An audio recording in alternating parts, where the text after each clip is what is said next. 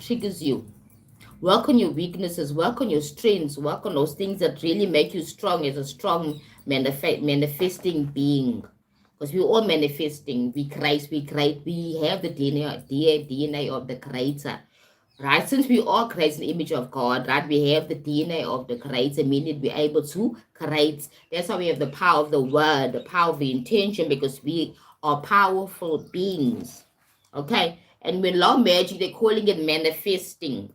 So high magic, it's known as your mindset is about inner alchemy, changing yourself within. In low magic, you're just speaking about manifesting. Simple, mundane. You understand? Right. So let's continue. Very interesting concept. High magic is evaluation of your consciousness to elevate. Sorry, my bad. Sometimes my words get twisted. To elevate your consciousness. Right? So high magic is about elevating your consciousness. What does it mean? Rising your consciousness, rising your understanding, getting to understand the higher concepts of the occult and magic and spirituality.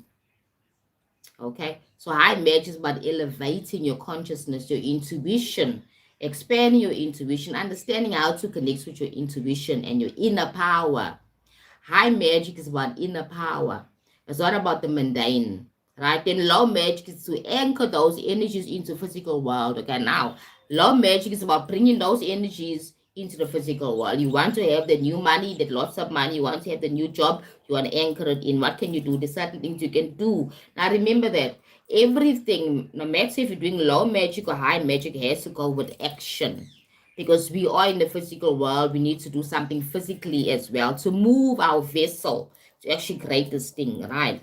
So, which part will you choose as somebody who's interested in spirituality? Will you choose the part of ascension, spiritual ascension, deeper knowledge of self, work with divine and infernal intelligence, or will you choose the other part, results of the physical world, energy, protection and manifestation, or practical empowerment?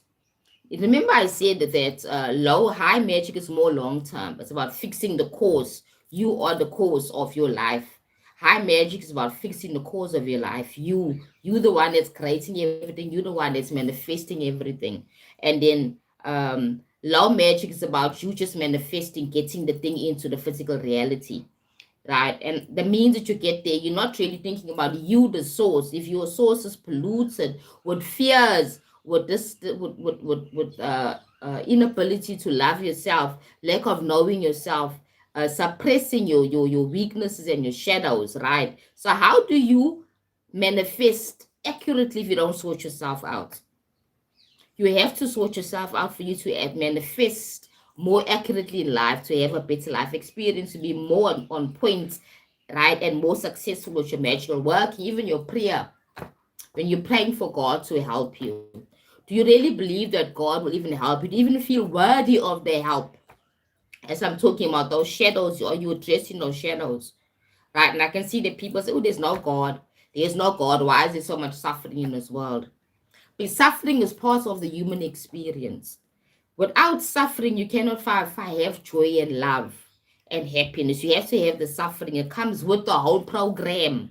When a woman gives birth to this lovely baby she wants, she has to first suffer the pain, the labor pains first, right?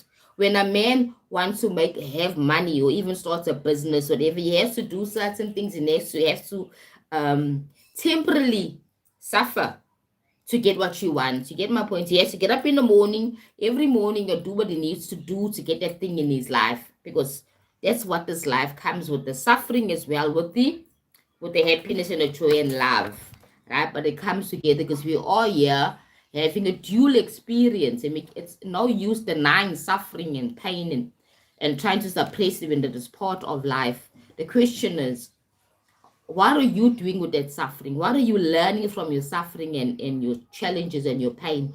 What are you learning? Are you gaining power or are you giving power away? That's what it's all about. A person gets hurt today, right?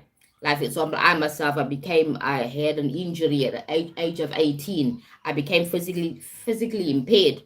I had to learn to move forward and not dwell in the suffering, in the trauma of what happened. I had to learn to move forward because I understood subconsciously that life goes on no matter what.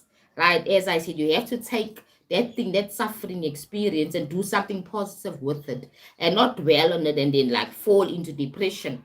Right now, you're doing the opposite. You're doing the opposite of developing yourself and being aware. You're doing the opposite of what you came here to do. Right? Despite all the suffering, all the pain, we still need to move forward in life. As I said, a woman gives birth to a baby. She's in pain. She's in labor. Some women go as far as 24 hours, sometimes 36 hours in pain. And if you're a woman, you'll understand what I mean by labor. If you had a child, labor pain is terrible. Now imagine having pain off and on for 24 hours to 36 hours. And then when you give birth to the beautiful baby, you forget about the pain because you're not focused on now the thing that you brought on this earth. Your joy is so full because now you see this beautiful baby in your hands. You've been connecting and nurturing this little soul in your body for all this while, for 9 months. And now you see the fruits of your work that you put in. And you forget about the pain. Right? Because the pain is the way that we can actually develop in this world. Pain is there for a reason. The question is, what are you doing with the pain? What are you doing with the learning, with the experience that's so painful? Are you falling into depression, or are you now giving up on life because you had one painful experience in your life? You know, self-development and self-awareness about you, understanding that in life there will be times I will feel pain and times I will feel joy and ecstasy, and I'll feel peace at times, but we have the choice to focus more on whatever we want to focus on, right? So why does the modern world embrace candle magic, manifestation, herbs, crystals, cleansing, and protection jars, yet really dive into ceremonial magic?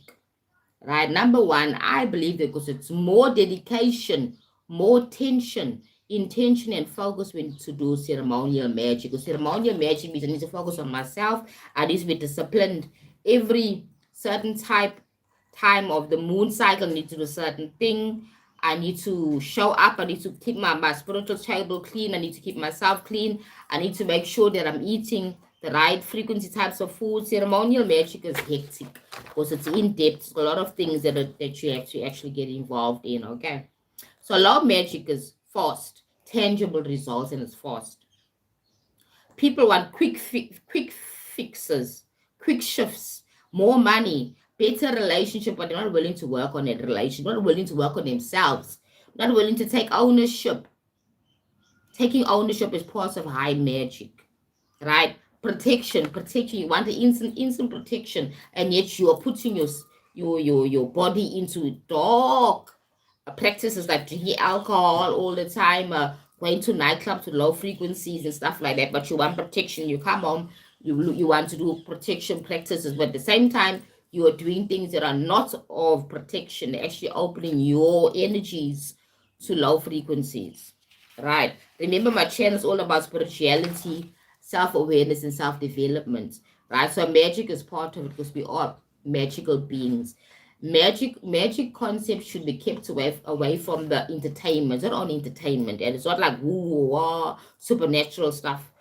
After all, we are supernatural if you think about it, as human beings. Okay, there's another thing that people are healing and opportunities. Law magic is about opportunities. God, please help me, get me this. You know, I would do a light can say a prayer, ancestors help me. That's all low magic, right? However, you're not willing to help yourself. High magic is about helping yourself, fixing your own issues first. Understand that I am playing the part in this whole thing. I am the source of my magic. I'm the source of my manifestations in my reality. It's all about that, right? Let's see, I'm almost done, right, guys? So remember, the purpose of this live is to give information about low magic and high magic. Neither these two are right or wrong.